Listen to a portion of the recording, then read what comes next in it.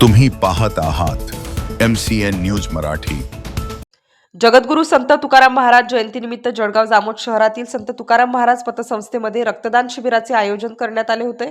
या निमित्ताने सर्वप्रथम संत तुकाराम पतसंस्थेच्या प्रांगणात असलेल्या तुकाराम महाराजांच्या पुतळ्याला संचालक व सभासदांचे उपस्थितीत पंचामृताने अंघोळ घालून पूजन व आरती करण्यात आली। त्यानंतर रक्तदान शिबिरासाठी 10 वाजता सईबाई मोठे उपजिल्हा रुग्णालय शेगावचे डॉक्टर भारती वैद्यकीय अधिकारी व त्यांच्या सहकाऱ्यांनी उपस्थित राहून रक्तदान शिबिरात रक्तदात्यांचे रक्त संकलन केलं।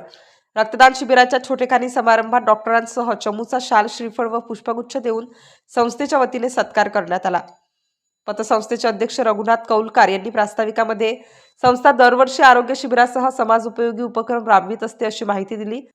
डॉक्टर भारती यांनी रक्तदान हे श्रेष्ठ दान आहे व संस्थेने राबवलेल्या रक्तदान शिबिरातील रक्त हे गोरगरिबांचे प्राण वाचवित असते असे आपले मनोगतात सांगितले।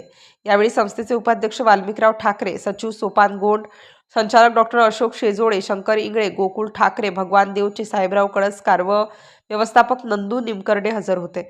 सदर शिबिरात 23 सभासदांनी रक्तदान केलं असून रक्तदानानंतर प्रत्येकाला फलोपहार व चहा बिस्किटाची व्यवस्था करून प्रत्येकाला पतसंस्था व हॉस्पिटलच्या वतीने प्रमाणपत्र देण्यात आले।